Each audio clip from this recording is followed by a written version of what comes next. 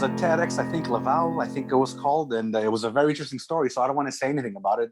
I'd like you to take a moment and share that story because I thought it was very, very interesting. Yeah, go ahead. Yeah, no, I'm an HIV specialist. That's my specialty. So pediatric infectious diseases with a subspecialty or super specialty, if you want to call it, a pediatric HIV. And I mean, I've had some difficult cases, and one of the TED Talk that I described about was this girl that who had AIDS. She was dying. This was back in 2005, and she was dying for a while. I mean, she had AIDS. She had multi-resistant virus. She wasn't taking her meds well when she was a kid, so she burned through a lot of her HIV drugs. Her mother is still alive. Her mother was at the time illiterate. So, even though we would write prescriptions, we'd give her the prescription, she didn't know. And so when we figured out that she was giving the medications all wrong, we color coordinated everything. But by that point, she had burnt those drugs because the virus became resistant.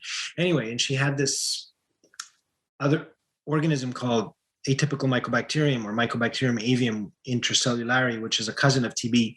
And basically it's called wasting syndrome or Slim disease or wasting syndrome. And it's exactly that. You waste away.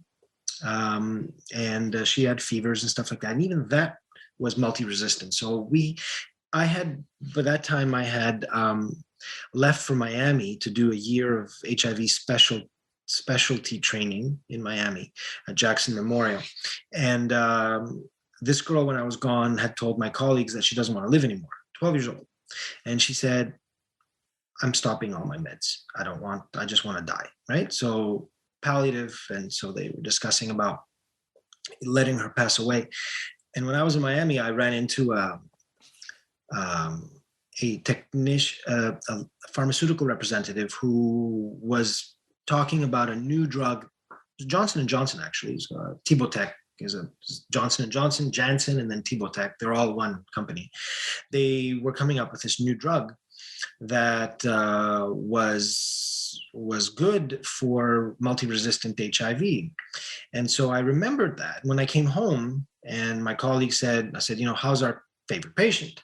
They're like, oh, she's going to die. We decided that just, put palliative care for her. I'm like, what? No, hell no. I'm not going to do this, I said. So I emailed that person and they put me in touch with the head of the division here in Quebec.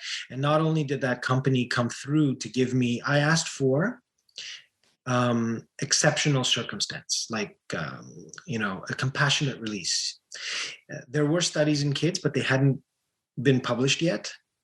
And they were just doing the studies. And not only did they give me for free, this girl, that drug, but also a second drug that was on the pipeline. So I had two. I'm like, oh, yes. Two drugs against HIV so I threw those both at her. We put a hole in through her stomach, like a G-tube, so she doesn't have to take them. And parents would pop them and I warned the parents, I'm like, she's going to get very sick because for years she had no immune system. And she had all these bacteria that were swimming around in her blood, swimming in her system and eating her away.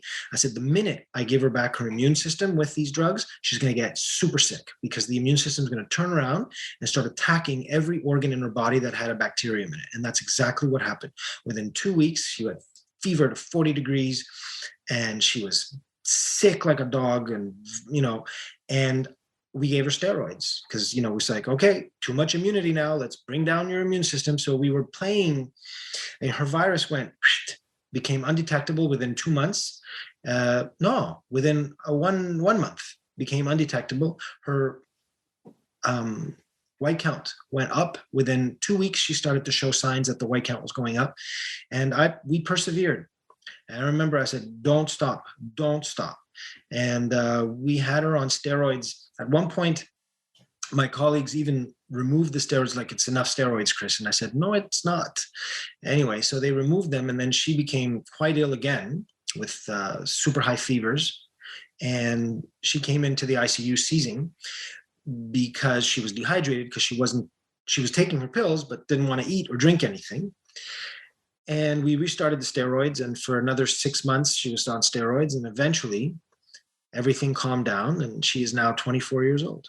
Wow. She was the first kid in the world, that I know of to be put on this cocktail of medication, because they weren't even approved yet. Now everybody's using them, but I remember writing it up and sending it to a conference.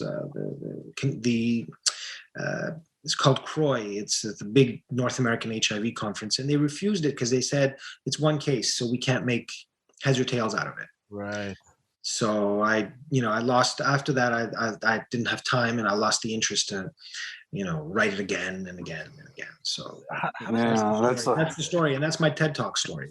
That's a great story, and I remember you concluded that TED Talk was saying that's why you're a doctor. That was actually the whole, and great reason, great purpose, and that keeps you going, definitely, right? Oh, for sure.